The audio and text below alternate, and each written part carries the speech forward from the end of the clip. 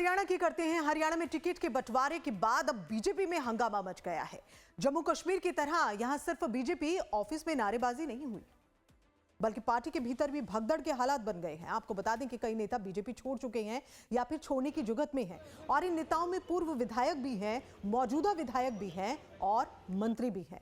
कुल 9 विधायकों के तो टिकट कट चुके हैं। वो सब नाराज हुए। ऐसे कई नेता भी हैं जो टिकट की आस लगाए बैठे थे, लेकिन लिस्ट के ऐलान के बाद उनकी उम्मीदें टूट गई हैं और पार्टी छोड़ने तक का फैसला उन्होंने किया है।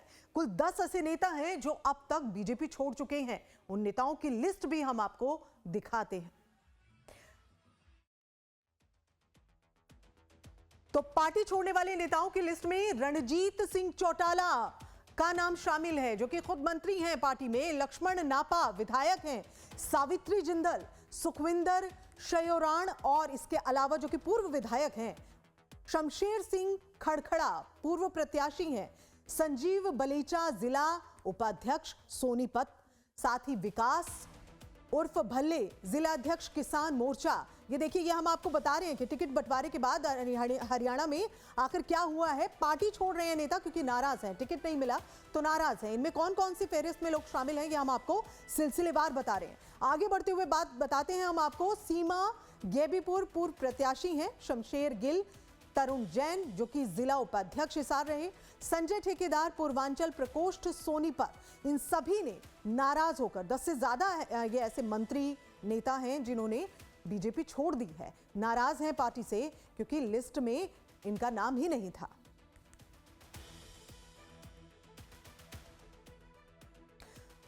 और ये सीधे रुक कर रहे हैं कमलेश सिंह की और हमारे संवाददाता इस खबर पर ज्यादा जानकारी के साथ में मौजूद हैं। कमलेश, चुनाव से पहले ही बीजेपी खेमे में ये नाराजगी का दौर शुरू हो गया है। 10 से ज्यादा ऐसे नेता मंत्री हैं जिन्होंने पार्टी ही छोड़ दी है क्योंकि टिकट नहीं मिला है। ऐसी स्थिति से कैसे निपटेगी बीजेपी, और अगर ये स्थिति है तो क्या इन लोगों के पार्टी को छोड़ने के बाद दिक्कतें जो हैं वो हो सकती हैं चुनाव में? कितना असर पड़ेगा? देखिए, बिल्कुल असर तो पड़ना लाजमी है, लेकिन खास बात यह है कि जो इस 9 लोगों के सिटिंग विधायकों के टिकट काटे गए थे, जिनमें से कि 3 मंत्री थे, उन तीनों मंत्री में से दो ने बगावत कर दी है, और जो बाकी जो 6 विधायक है उसमें से 3 विधायक बगावत कर चुके हैं।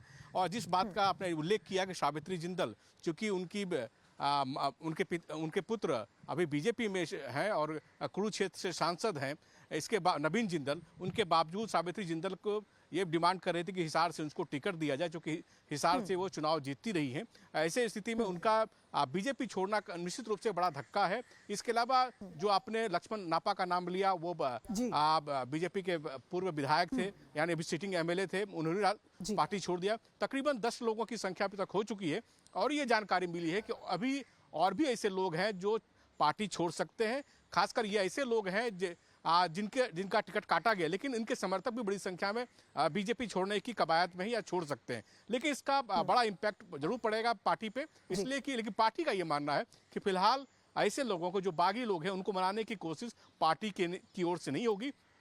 पार्टी ये मान के चलती है कि जिन लोगों को पार्टी टिकट देती है, उसकी पहले तो गुस्सा जरूर होता है पार्टी में, लेकिन उसके बाद धीरे धीरे जो वर्कर्स हैं, जिनको टिकट दिया जाता है, उनके पीछे खड़े हो जाते हैं। लिहाजा हालांकि बीजेपी के जो सब प्रभारी हैं, वो ऑलरेडी कैंप कर रहे हैं हरियाणा में। उनसे सुबह बात हुई, उन्होंने ये भी कहा कि पार्टी अपनी ओर से देख रही है कि और इसमें बगावत ना हो। तो जाहिर सी बात है इसका इम्पैक्ट जरूर पड़ने वाला, खासकर तब जबकि हरियाणा में जो मुकाबला है वो चतुष्कोणीय मुकाबला इस बार देखने को मिल रहा है। और ऐसी स्थिति में बीजेपी को फूक फूक कदम रखना पड़ेगा, और ये जो 10 इस्तीफे अभी तक हुए हैं, इसका खमियाजा बीजेपी को भुगतना पड़ सकता है, खासकर तब जो जातिगत और जो रणनीतिक समीकरण को ध्यान में रखते हुए पार्टी ने इस बार टिकट बांटा था।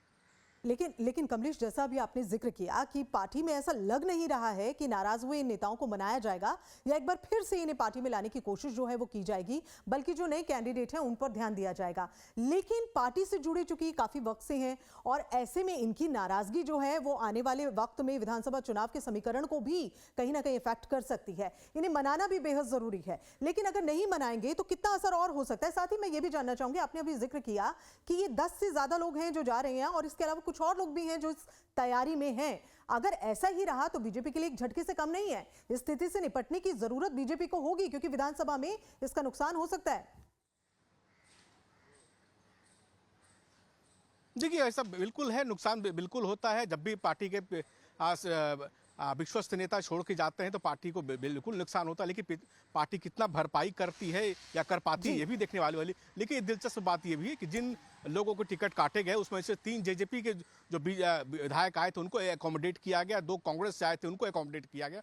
तो इन पार्टीजनों को लगता है कि कहीं ना कहीं जो बाहरी उम्मीदवार है उनको टिकट दिया गया और उनकी बात नहीं सुनी गई। ऐसी स्थिति में अब देखना ये होगा कि जो पार्टी के जो प्रभारी हैं, वहाँ के जो मुख्यमंत्री हैं, इसके अलावा जो फॉर्मर सीएम थे, वो लोग कैसे मना पाते हैं पार्टी को, कैसे अब एकत्र रख पाते हैं, या जो डैमेज है उसको कैसे कंट्रोल कर पाते हैं। तब बिल्कुल कमलेश, ये जो नाराजगी है ना, ये एक बड़ा चैलेंज है पार्टी के सामने। अगर ये और बढ़ जाते हैं नाम तो फिर ये चैलेंज से कम नहीं है। आप बने रहिए, हमारे साथ अपडेट्स लेंगे। लेकिन फिलहाल हम बता दें कि हाल ही में कांग्रेस से बीजेपी ज्वाइन करने वाले उद्योगपति नवीन जिंदल की मां सावित्री जिंदल को भी टिकट की उम्मीद थी, लेकिन टिकट नहीं मिला और उसके बाद उन्होंने बीजेपी से बगावत कर दी है और निर्दलीय चुनाव लड़ने का ऐलान कर दिया है।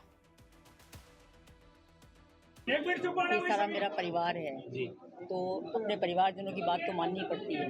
यहाँ पर मैं शुरू से जब भी आती हूँ मुझे हरदम ये लोग यही कहते हैं कि हम लोग आपके सारे सब बेटे हैं हमारे, तो जब मेरे बेटे कह रहे हैं तो मुझे इनकी बात तो माननी पड़ेगी और मैं जो ये कहेंगे, हिसार की जनता जो कहेगी मैं मानने को तैयार हूँ। जिस पार्टी की आपको एक तरह से टिकट चाहती है, निर्दलीय के रूप में चुनाव लड़ेंगे? तो जिस तरह से भी संभव होगा, मुझे नहीं मालूम, तो चुनाव जरूर लड़ेंगे।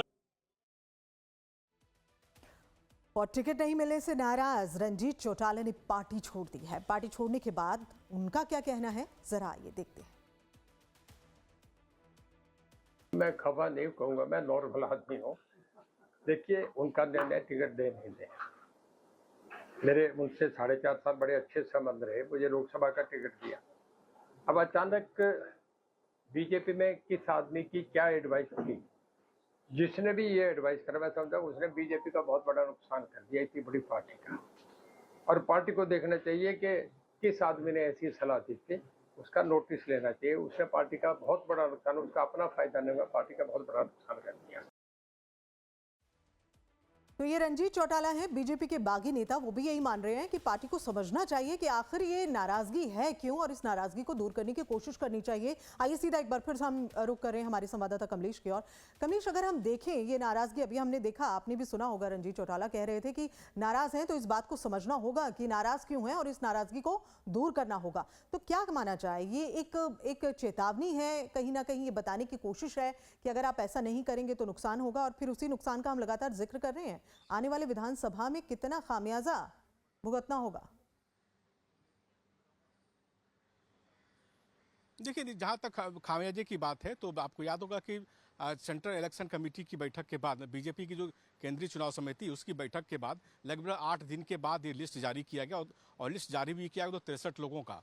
और उससे केंद्रीय चुनाव समिति की बैठक के बाद लगातार कम से कम 10 बार तो बीजेपी की बैठक दिल्ली में हुई और बड़े नेताओं के साथ, जिसमें कि केंद्रीय मंत्री अमित शाह भी उस बैठक में मौजूद थे, जेपी नड्डा तो बैठक में रहते थे। इसके अलावा छोटी टोली की बैठक, धर्मेंद्र प्रधान जो हरियाणा के प्रभारी, उनके साथ कई राउंड की बैठक हुई। लेकिन जो जानकारी मेरे पास है, उस जानकारी के मुताबिक जो बड़े नेता थे, हरियाणा के जो बड़े नेता हैं, जैसे कि आपको नायब सिंह सैनी जो मुख्यमंत्री हैं, मनोहर लाल खट्टर जो पूर्व मुख्यमंत्री हैं, इसके अलावा जो बीजेपी पार्लियामेंट्री बोर्ड के मेंबर, सीडीसी की जो मेंबर हैं, सुधा यादव हैं, ऐसे बड़े नेता राव इंद्रजीत सिंह हैं, वो सभी चाहते थे कि अपने अपने कैंडिडेट को टिकट दिलवाए। उस स्थिति में, उस रस्साकसी में पार्टी को बीच का रास्ता निकालना पड़ा। और पार्टी को ये समझना होगा, बिल्कुल सही कह रहे हैं कमलेश, ये एक बड़े चेहरे हैं, बड़े नाम हैं और पार्टी के साथ काफी वक्त से जुड़े हुए थे। ऐसे में पार्टी को ये समझना भी होगा और कहीं ना कहीं इसका हल निकालने की कोशिश अंदर खाने तो चली रही होगी, कम से कम ये हम मान सकते हैं। बहरहाल बहुत बहुत शुक्रिया कमलेश इस पूरी जानकारी को हम तक पहुंचाने के लिए।